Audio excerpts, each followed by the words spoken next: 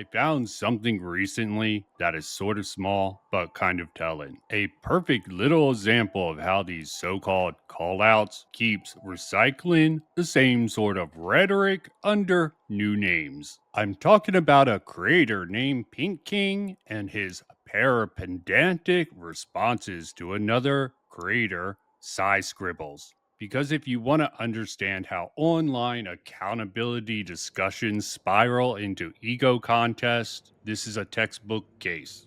So, this one came to my notice because I recently watched the Birdman's video on the critical drinker. I saw a video in my sidebar of a similar nature, and because of the nature of my particular channel and research that I do personally, I decided to check out the rest of that creator's channel. And one video title in particular caught my eye. My response to Sai Scribbles. From the start, it seems like the Pink King took offense to the idea that a tweet from Sai might have lumped him in with misogynist, and he clearly wasn't happy about that. Cringe, it's whatever. It's not a big deal. But to be accused of being misogynistic, that's where I draw a line.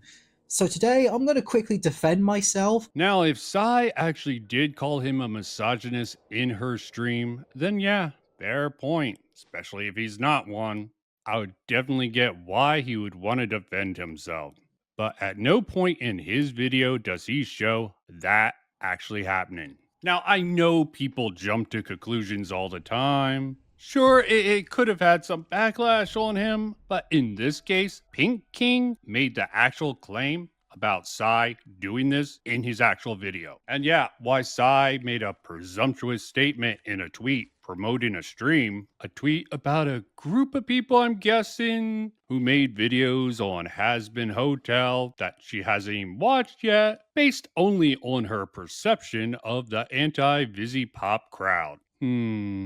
Merchandise, thumbnails, and used to promote special. I don't know who this is. I picked a lot of other videos at random. So if I do have a suggestions chat in my Discord. So if we are going to do a part 2 of this, you could drop some videos in the suggestions area so I can add them to my playlist so we can maybe cover some more stuff if we do a part 2 on this. Has Been Hotels. And again, if she did call him a misogynist, why not include that in the video? Instead of that, Pink focuses on this pedantic bit here. This video, if you're I'm interested. sure oranges will appreciate it, Mr. 9.68k subscribers. Well, Mrs. 15k subscribers who doesn't understand the idea of giving credit. He's sort of right about that last part. Streamers and commentators do have a bad habit of not giving proper credit. They should really do better about that in the very least. But still, it makes me wonder, why focus on the misogyny angle in the first place? Maybe Pink was just trying to nip that accusation in the bud, but it might have also been his way of trying to justify including some Discord screenshots that he put in the video. The ones where she talked about the N-word and dropped the dreaded R slur publicly. She could be the nicest person in the world, although judging by a few things she's said, I have my doubts. And using them to frame his point to the audience. That's basically him implying what he outright says in the title of his next video on Sai. Clearly, he takes real issue with what she originally admitted to misremembering or something like that. I'm not quite sure about all this. Then in trying to prove he's not a misogynist, he sort of proves that he's more of an egotist instead. My complaints are not that they make something I don't want, but rather I see what it is they were trying to make, and I see how they went wrong about it. Because even to me, who has a high bar for calling certain people all these names, that seems more egotistical than misogynistic. And again, we don't know if Sai actually called him one. But I can understand why an old school feminist like Sai might misread that sort of thing. You know, a man saying he understands what a woman creator is trying to make. I didn't say anything. I know, but that does not mean I didn't hear it. And how she went wrong in executing it or presenting it for a more general audience. Yeah, I can see how a feminist like that could perceive that to be a bit misogynistic. It's kind of like how some people on the left and in general mischaracterize Mauler's apolitical, objective DM criticism as sexist or racist. When in reality, it's not really. It's just egotistical as all hell for a lot of his argumentation. And it works when it's good. That being said, there's a stronger argument that is what the critical drinker does in his reviews. But that doesn't mean he's personally sexist or racist or anything like that. But what you can say for sure is that he definitely runs cover for people who are actually racist and are sexist with their sort of criticism on media. And Mauler, intentionally or not, helps shield him from those sort of claims, along with a whole bunch of other, dick riders of him. Sorry about that aside, but I did say I got curious about this particular content creator due to his critical drinker video earlier, which really was just him regurgitating what both Ant-Man and the Birdman said in their video, while glazing them at the same time, without adding anything much of substance to that. For reasons I don't want to even guess at, because frankly, I don't have the evidence to back that guess up with. Back to the main point. There's more to that first Sai Scribble video that he made, and maybe he genuinely thought her criticism was bad faith, but we don't actually see much of an actual critique on her critique, like not even knowing if she called him a misogynist in it, because he doesn't actually show much of her actual stream aside from the subscriber count jab. And the only other thing he adds in is sort of vague general stuff like harassment is bad, which yeah, no kidding. That is something I've seen even heavily bad faith critics do in their particular videos as more of a disclaimer, and not because they believe it. Not that I'm assuming Pink King reasoning for that is such. And I'm not even trying to apply it, talking more like Smash JD. Because even if they do say it, it seems more to cover themselves in case their fans start attacking people, because they do the best they can to make that person they're covering look like the worst person that they can. I'm sure that wasn't Pink King's intent though. Just a point that words don't mean much if there aren't actions to back them up. Personally, I avoid that sort of vague moral posturing. I focus more on what's said, what's shown, and how it connects to the media or the rhetoric being discussed.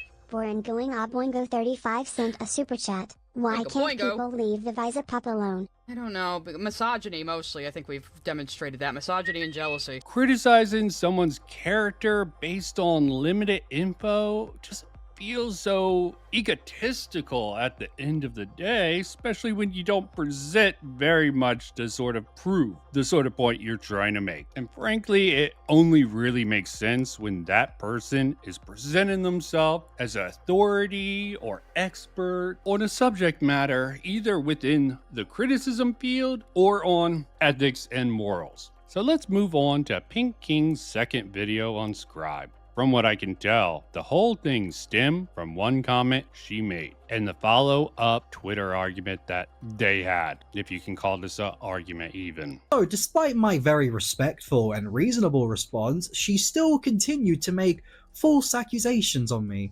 But now only saying I attacked her online, which, as you guys just saw, is a bold-faced lie. This time, he directly calls her out for racism based on an out-of-context screenshot from her Discord. In part, it's basically a mindset you see a lot online. If anyone who isn't black uses the N-word, it's automatically racism. And it's a pretty common view among younger people and creators online. And also, peeps, these screenshots she was talking about were already public knowledge. It's not like I dug into her personal messages to bring them out. No, I found them online like everyone else did, and showed them to be transparent with people because a few other people wanted me to mention it. And last I checked, there is no context that could possibly justify using racist language. And again, Pink justifies this by bringing up the same accusation. But saying that I used out of context images of her due to me quote unquote overreacting. Now remember, peeps, what she thinks I'm overreacting to is the fact that she accused me of being a misogynist, among many other things, by the way. Except he still doesn't provide a direct example or evidence of her doing that. The closest he has is still just that tweet to promote the stream where she was going to go over a group of videos by content creators against Hasbin Hotel. Is that why he had to remind his audience of that? Then he hit Sai with the R slur thing, which honestly, I've been trying to limit how much I say it nowadays. Not because I think it's a slur, but mainly because there are people who have real mental disabilities, and calling people who don't have those mental disabilities retards seem like an insult to the people who actually have those disabilities. Plus, it waters down the term. And plus, let's throw in the fact that you used AI images to make fun of people. And as an artist yourself, that's just low. Then Pink King pulls this next bit. Oh, and while we're talking about your actions, let's not forget some of the other questionable shit you've done, like trying to send your fans over to another YouTuber's stream in an attempt to raid it. Limus is live? Oh my god, you guys want me to raid Limus just to be an asshole? That would be pretty funny. And when you were called out on this, you hid behind the "it's just a joke" excuse. Okay, but again, did she actually do that? Answer, no. And since Pink King seems to be allergic to giving the context, except for when it's the link to Limus's video, which has the Black Griffin document in it and is now unlisted, I thought I would give you some of the context around that clip that Pink King sourced from Limus. Voice for Anthony, Krim, and you? That might be. Let me see if Malcolm is streaming yet. Because I was gonna send you guys to him. If he's not, we could probably stretch this out a bit. So everybody just go see Malcolm anyway, even though I might be wrapping up here. Let me see if anybody else is streaming at the moment. This was just a goofy, fun little stream for right now. Let me see if anybody else is streaming right now. Just for funsies, because I like rating people, it's funny. Yeah, I don't think I can top getting roasted by my own fucking character, though, so... Let's see. Nobody else but the fucking music channels I follow. So go watch Goddammit Malcolm later. I will definitely be in that chat. If you want to see more shenanigans, especially about Lio Convoy tonight. Wait, you want to see if there's one of Limus? Or is Limus here? What are you guys yelling Limus for? Doubt there's one of Limus. No, there isn't. Okay. I'm definitely just gonna wrap up now, though, and go eat, and go make sure this new couch is put where it's supposed to be. So, thank you all for joining me for this Limus is live. Oh my god, you guys want me to raid Limus just to be an asshole? That would be pretty funny. Not finding them, though. Thing.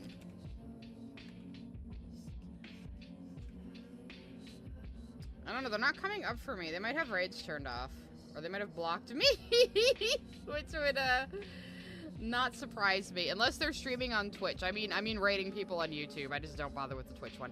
Anyway, that's it. No, I'm leaving now. Go watch Malcolm's stream later, everybody. And thank you for coming. Thank you for your super chats. Thank you for supporting me on my birthday and enjoying this stupid wild ride we just had with AI. Now, humor's subjective, so, of course, I don't even know what to make of this. But I will point out, even if she did raid this Limus person, what would have her chat done once they were sent to his freaking stream at the time? Because, Pinking is making it like raiding another channel is bad. No, it's just a general term that people, and you can see Sai doing it with her actual friend channel, and it isn't inherently harassment. Now, it could have been a joke, a bit, or even bait, especially given it sort of led to Limus posting that response on social media afterwards, and that call out did label Sai's behavior as psycho. Yeah, it feels like they were accusing her of a thought crime, since Sai didn't actually do it. And I could bring up something about Limus here, But to criticize Pink King for that, I would have to give him more powers than he already seems to be trying to claim for himself, like the ability to see in the future, and that wouldn't be fair of me to do. So here's my question. What exactly are they trying to hold her accountable for? Making crude or crass comments during her live stream? Or racism, ableism, or any of those other things? Because let me give you a hint. Having a different opinion online about these particular matters and having a decent sized follower count, I guess, factors into this. But who really is the authority on these things? Pretty sure Sai wouldn't claim to be the authority on this, even though she has her own personal standards. Because frankly, I think this comes down to them misreading why Sai had a reaction to someone revealing to her Pink King's age. And peeps, this isn't even the only time she tried to divert or change the narrative, because once she saw how old I was, suddenly she's trying to treat me like I'm some arrogant child, acting as if me being younger than her suddenly completely devalues all my critiques on her. Is thinking someone much younger than you might be less experienced that cycle of a thought? Sure, age does not automatically make you wise, but Sai is a 43-year-old lesbian woman who lived through plenty.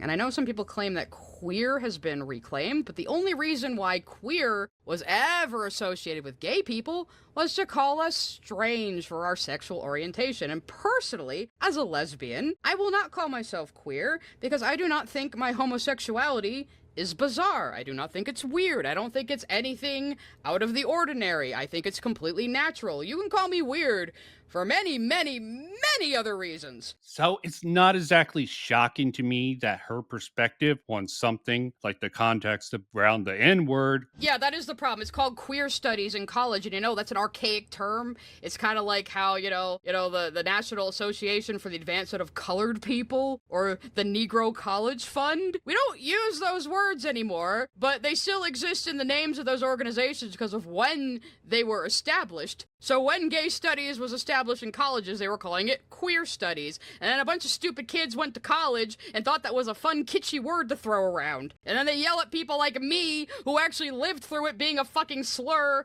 and had to actually live through the fight for gay rights. So, kind of cheeses me off a little bit. Differs from a 19-year-old like Pink King. And to be clear, I'm not here to speak for anyone, not Sai, not Pink, especially not Vivziepop, since seems strangely divorced from all of that here. Funny given how much of that came from his video criticizing something and her criticizing his criticism. But I do think it's worth asking and probably doing a little bit of critical thinking about wondering when accountability turns into nitpicking, selective framing, and pedantic callouts. Who's really learning anything from it? So that's the Pink King versus Sai situation in a nutshell. A reminder that sometimes holding people accountable online is less about ethics and more about ego, assumptions, and a desperate need to be right in public. It's a cycle that keeps on repeating. You can see this reflected in other areas on the internet, like the first Gamergate, to the imitation that popped up years later, to the collapse of the ACC, and likely other countless online spaces as well. Most people, if not everyone, wants to win the argument, but no one stops to ask if they're even arguing the right thing. And when someone with real reach finally catches on, if they ever do, things usually has gotten too far into the weeds for those who have built their whole image, and in some cases whole platform, on certain ideas and concepts to really want to turn that around and admit they might have not been right. Which brings us to the end, where this whole accountability mindset starts crossing over into content creators I covered before. And as I said before, a small case here, but sometimes you can learn things from the small things that you can't learn from the big stuff. And that's why even good intent can turn into the same performative nonsense that we saw here. With that said, I'm done for now.